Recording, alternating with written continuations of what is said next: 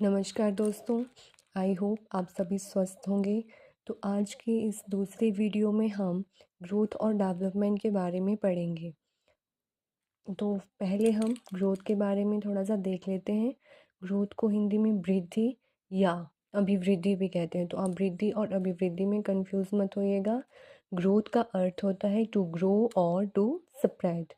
ये जो एक क्वांटिटेटिव चेंज है, इसमें मात्रात्मक होती है हमारी वृद्धि, जिसको हम मेज़र कर सकते हैं, और इसमें स्ट्रक्चरल चेंजेस संरचना में बदलाव होते हैं, और ग्रोथ जो है वो दिशाहीन होती है।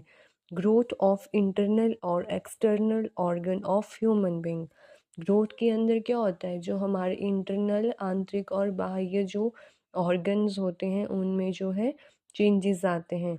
क्वांटिटेटिव चेंजेस का मतलब है जैसे कि एक बच्चा है वो पैदा होता है तब से लेकर उसके मैच्योर होने तक उसमें जो है बहुत सारे फिजिकल चेंजेस आते हैं या भौतिक चेंजेस आते हैं, विकास होता है उसका। जैसे ही पहले वो देखने में साइज़ में जो है छोटा होता है, जैसे ही उसका ग्रोथ होती चलती है तो वो बड़ा होता चलता है, उसके आकार में वृद्धि होती है। वो मोटा, पतला, लंबा, छोटा, ये सब चेंजेस उसमें आते हैं। और आप जानते हैं हम जो है किसी भी व्यक्ति के वेट को क्या कर सकते हैं, मेज़र कर सकते हैं, इसलिए इसको मेज़रेबल कहते हैं।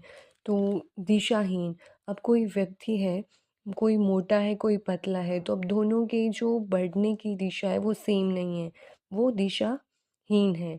और वृद्धि जो है एक डेवलपमेंट का जो है एक चरण है, उसका एक प्रकार है।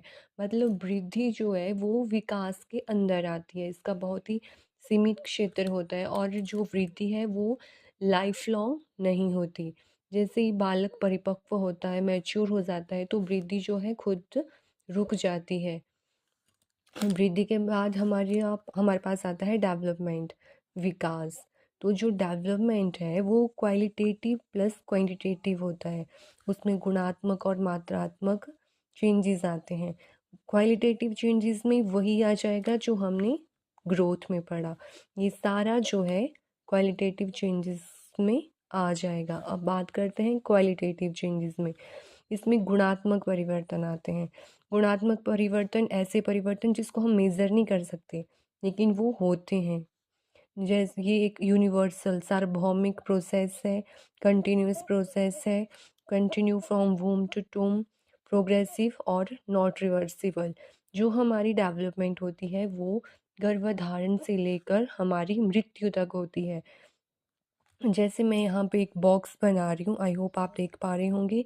ये पूरा बॉक्स क्या है, हमारी डेवलपमेंट है, और इसके अंदर एक छोटा सा पार्ट लेती हूँ जिसमें मैं जी लिख रही हूँ, इसका मतलब है ग्रोथ, वृद्धि। तो डेवलपमेंट ये पूरी होगी और ग्रोथ इसके अंदर आएगा, मतलब इसका एक छोटा सा पार्ट है। डेवलपमेंट का मीनिंग जो है बहुत ही व्यापक होता है, और ये क्या होता है, इसकी एक निश्चित दिशा होती है विकास की।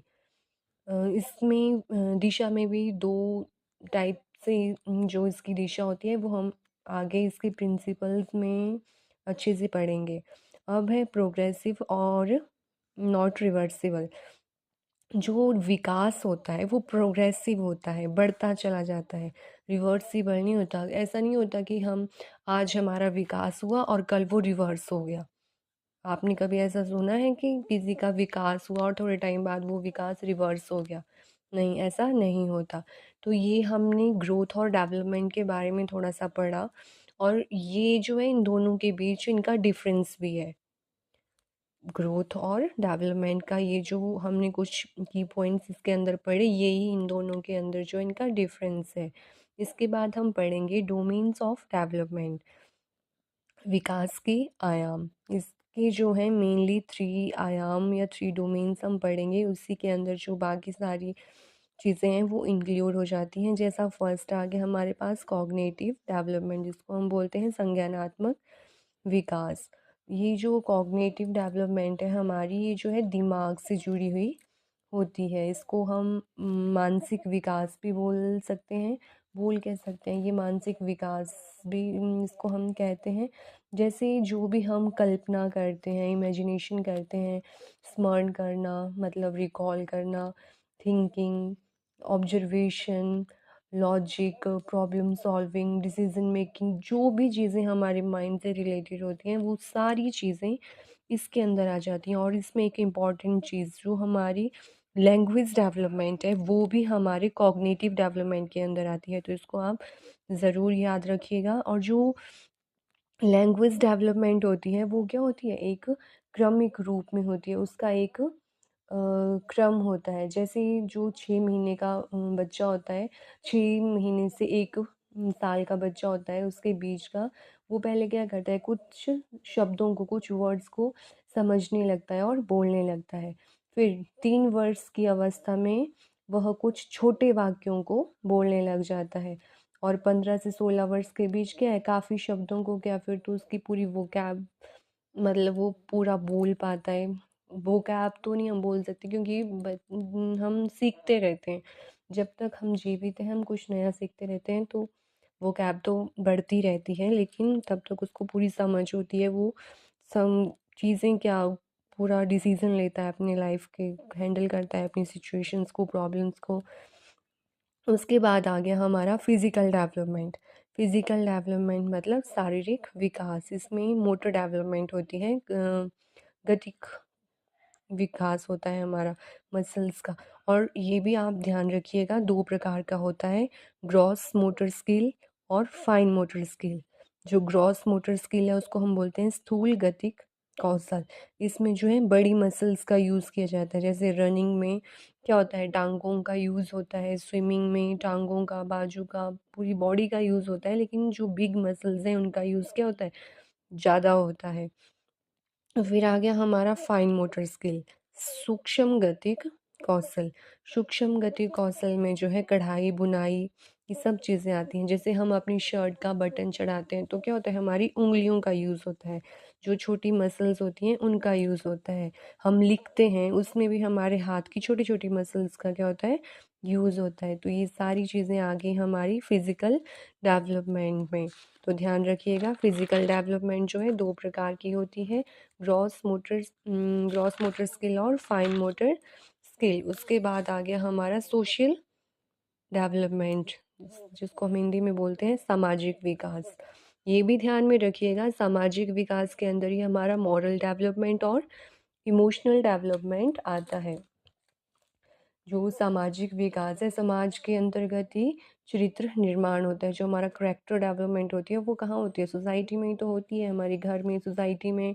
हम जिन लोगों के कांटेक्ट में आते हैं, जैसा सीखते हैं उसी प्रकार से हमारा जो है करैक्टर डेवलप होता चलता है। जो बच्चा होता है, चाइल्ड होता है, उसके विकास का जो प्रथम, जो पहला जो स्कूल या पाठशाला मानी जाती है वो उसके परिवार को माना जाता है, क्योंकि बच्चा पैदा होने के बाद सबसे पहले कहाँ आता है, अपने परिवार में आता है। तो परिवार ही जो है उसका पहला स्कूल होता है, फैमिली बोलते हैं जिसको हम है, ठीक है। फैमिली के बाद वो समाज में जाता है, जैसे स्कूल में जाता है, तो वो सब जो है उसके लिए सेकेंडरी फैक्टर्स होते हैं। तो परिवार के बाद वो चीज़ उसके लिए मैटर करती हैं, तो परिवार के बाद सोसाइटी में वो चीज़ें सीखता है। जैसे मॉरल डेवलपमेंट है, नैतिक विकास है, ये भी समाज में रहकर ही होता है। जो कहते हैं ना, बच्चे का जो है समाजीकरण समाज में रहकर ही होता है। इमोशनल डेवलपमेंट है, जिसको हम सांवेगिक विकास कहते हैं। संवेग का अर्थ होता है जैसे हमारे भाव, जो भी अकॉर्डिंग टू सिचुएशन हमारे भाव प्रकट होते हैं, वो जैसे भय, क्रोध, खुश खुशी, दुःख, स्नेह, घृणा, आश्चर्य, ये सब क्या है, हमारे इमोशंस हैं जिनको हम प्रकट करते हैं। जैसे जब हम बहुत खुश होते हैं तो खुशी का भाव निकलता है, और दुखी होने पर हम रोने लगते हैं, तो वो क्या है, एक सैडनेस वाला इमोशन है। तो ये सारी चीज़ें हम जो हैं घर, परिवार, समाज में रहकर सीखते हैं। तो हमारा मॉरल डेवलपमेंट और इमोशनल डेवलपमेंट जो है सोशल डेवलपमेंट के अंदर आ जाता है। उसके बाद आ गया हमारा factor affecting growth and development, वृद्धि एवं विकास को प्रभावित करने वाले कारक। तो वृद्धि और विकास को प्रभावित करने वाले भी बहुत सारे कारक हैं, जैसे हमारा हेरिडिटी, एनवायरनमेंट, इंटेलिजेंस, लिंग, न्यूट्रिशन, सारी चीज़ें क्या करते हैं, हमारे वृद्धि और विकास को प्रभावित करते हैं। तो सबसे पहले हम बात करेंगे हेरिडिटी, वंशानुक्रम की। तो जो हमारे पेरेंटल जीन्स होते हैं वो क्या करते हैं, हमें हमारे पेरेंट्स से मिलते हैं और जनरेशन टू जनरेशन जो है ट्रांसफ़र होते जाते हैं, मतलब पीढ़ी दर पीढ़ी जो है हस्तांतरित होते जाते हैं। तो ये हमारे ग्रोथ और डेवलपमेंट को अफ़ेक्ट करते हैं, जैसे हमारा कद, इंटेलिजेंस, करैक्टर, इन सभी चीज़ों पर जो है हमारे जीन्स का इफ़ेक्ट पड़ता है। जैसे कोई बच्चा है, उसकी मदर या फादर की आइज़ का कलर ब्लू है, तो हो सकता है उस बच्चे की आइज़ का कलर ब्लू हो। ये सारी चीज़ें, हेयर कलर होता है, मैक्सिमम टाइम जो है हेयर का कलर पेरेंट्स के हेयर से मिलता है, तो वो सारा कैसे जीन्स के थ्रू आता है। और कई बार ऐसा भी होता है, जैसे हमारे पेरेंट्स के बाल मान लो ब्लैक हैं और हमारे ब्राउन हो जाते हैं, तो हो सकता है हमारे दादा दादी या नाना नानी के बाल जो हैं ब्राउन हो। क्योंकि कई बार क्या होता है, कुछ जीन्स होते हैं वो एक पीढ़ी में हाइड होकर नेक्स्ट पीढ़ी में ट्रांसफ़र हो जाते हैं। तो इसलिए कई बार कहते हैं कि अपनी दादा की तरह दिखता है या नाना की तरह दिखता है, तो वो सारे क्या हैं, पेरेंटल जीन है। हो सकता है एक पीढ़ी में वो ना दिखाई दें, लेकिन उससे अगली जनरेशन में वो ट्रांसफ़र हो सकते हैं। दूसरा आ गया हमारा एनवायरनमेंट। जो हमारा वातावरण है वो भी इसमें बहुत बड़ा प्ले रोल करता है हमारे वृद्धि और विकास में, क्योंकि बच्चे को हम जिस प्रकार का एनवायरनमेंट प्रोवाइड करवाएंगे वो वैसा ही सीखेगा। अगर वो अच्छे लोगों के कांटेक्ट में आएगा, उसको अच्छा प्योरीफाई सब कुछ ठीक मिलेगा, तो वो अच्छा होगा, उसका विकास वृद्धि अच्छे से होगा और वो चीज़ों को अच्छे से हैंडल कर पाएगा। उसके बाद आता है इंटेलिजेंस, बुद्धि। अब जो इंटेलिजेंस है वो सीखने को प्रभावित करती है।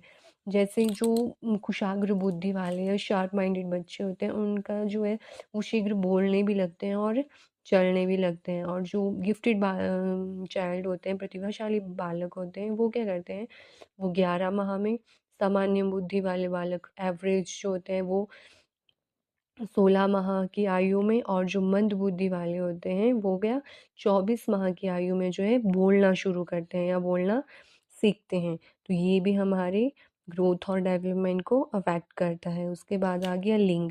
अब आप सोच रहे होंगे कि मैंने बाकी सब चीज़ों को हिंदी इंग्लिश में लिखा है, तो लिंग को क्यों नहीं लिखा है। अब लिंग जो है इसमें दो टर्म्स हैं, जेंडर एंड सेक्स। अब इन दोनों का जो मीनिंग है वो अलग अलग होता है हमारे साइकोलॉजी में। जो जेंडर है वो सोशल टर्म है और जो सेक्स है वो बायोलॉजिकल टर्म है। सोशल टर्म मतलब समाज हमें लड़का लड़की बोलता है। बायोलॉजिकल टर्म जो बॉय गर्ल है, जो हमारा सेक्स है लड़ वो एक बायोलॉजिकल टर्म है। अब जो लिंग है उसका, जैसे लड़का लड़की है, जो मेल फीमेल है, मेल फीमेल का जो बॉडी शेप है वो अलग अलग होता है। तो अलग अलग बॉडी शेप है वो भी क्या है, हमारी वृद्धि और विकास को अफेक्ट करता है। उसके बाद आ गया पोषण। यहाँ पे पोषण और न्यूट्रिशन का कोई अलग अलग मीनिंग नहीं है, ये मैं लिखना भूल गई।